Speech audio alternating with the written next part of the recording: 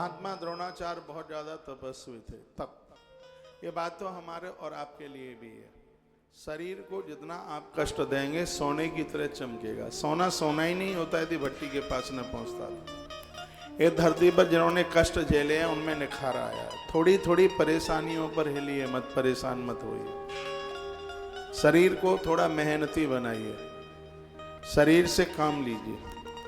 वृक्ष पूजे जाते हैं, लोगों के काम आते हैं। नदियां पूजी जाती हैं इसलिए क्योंकि वो लोगों के काम आते हैं। और हम लोग 60, 70, 80 किलो, 100 किलो बहुतों का तो 125 किलो वजन होता है।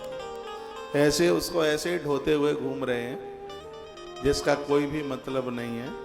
श्रीमद् भगवद गीता में तप का अर्थ है संसार से अपनी इंद्रियों को खींचकर भगवान के साथ जोड़िए। तप के द्वारा पाप जलते हैं। बहुत बड़ा निखार चल के आता है। 8 दिन में, 15 दिन में, महीने में एक बार कोई न कोई व्रत कीजिए। जो भी आपसे हो सो कीजिए। तो व्रत से नित्य के अपराध समाप्त होते हैं जो अनजान में हुए हैं। जप करने का अभ्यास डालिए, जप के बिना बिल्कुल मत रहिए। भोर में थोड़ा सा इतना समय से जागिए कि आपके पूजा पाठ करने से आपके दिन के कार्यों का सिस्टम गड़बड़ ना हो। लेट जागोगे तो पूजा ही में बैठे रहोगे तो दिन भर के काम कैसे करोगे। इसलिए थोड़ा सा जल्दी जागिए। एक सुरक्षित और स्वस्थ जीवन जीना चाहते हो तो ये आदत डालिए। भोर में थोड़ा जल्दी जागिए। 3 बजे पंखा बंद कर दीजिए, कूलर बंद कर दीजिए, तो 5 बजे के बाद तुम सो ही नहीं पाओगे।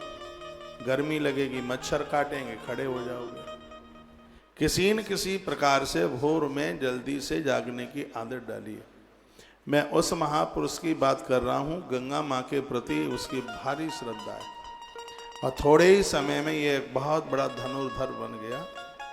उन्हीं दिनों में इन्होंने अपने कानों से सुना कि भगवान परशुराम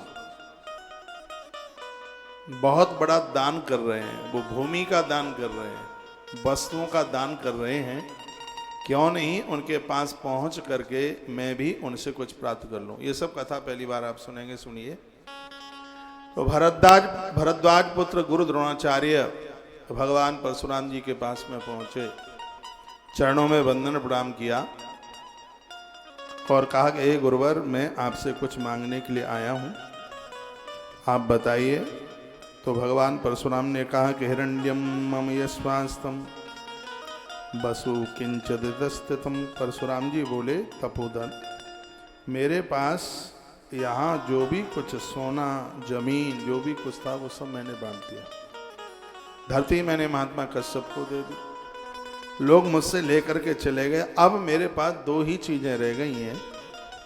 अब देख लो, तुम चुनाव कर लो कि दोनों ही चाहते हो कि दोनों में से एक चाहते हो। द्रोणाचार्य जी ने कहा, गुरुदेव क्या है आपके पास? दोनों ने कहा, एक मेरे पास प्राण है मेरे, और एक मेरे पास मेरे धनुष बाण है, मेरे पास आयुध है, मेरे पास ब्रह्मास्त्र है। अब तुम देख लो, तुम दोनों में से कौन सा चुनाव करते हो। द्रोणाचार्य ने कहा, जो माता आगे बैठी हैं कथा सुनिए ठीक से। तो द्रोणाचार्य ने कहा, हे गुरुवर, मुझे प्राण नहीं चाहिए, मुझे आपके ब्रह्मास्त्र चाहिए, आयुध चाहिए। भगवान परशुराम जी ने प्रश्नता पूर्वक ये सब चीजें दे दी। देखो कथा कहती है, आप नहीं दे सकते हैं, मना कर दीजिए, लेकिन रो रो करके मत दीजिए, अति प्रसन्न होकर के दीजिए। दधीची ने अपनी हड्डियां मुस्कुराते हुए दी, बर्बरीक जी ने अपना मस्तिष्क मुस्कुराते हुए दिया। और दान वही लगता है जो खुशी से दिया जाए, प्रश्नता पूर्वक दिया जाए। भगवान परशुराम से यदि वो प्राण भी मांगते तो द्रोणाचार्य जी को वो अपने प्राण दे देते।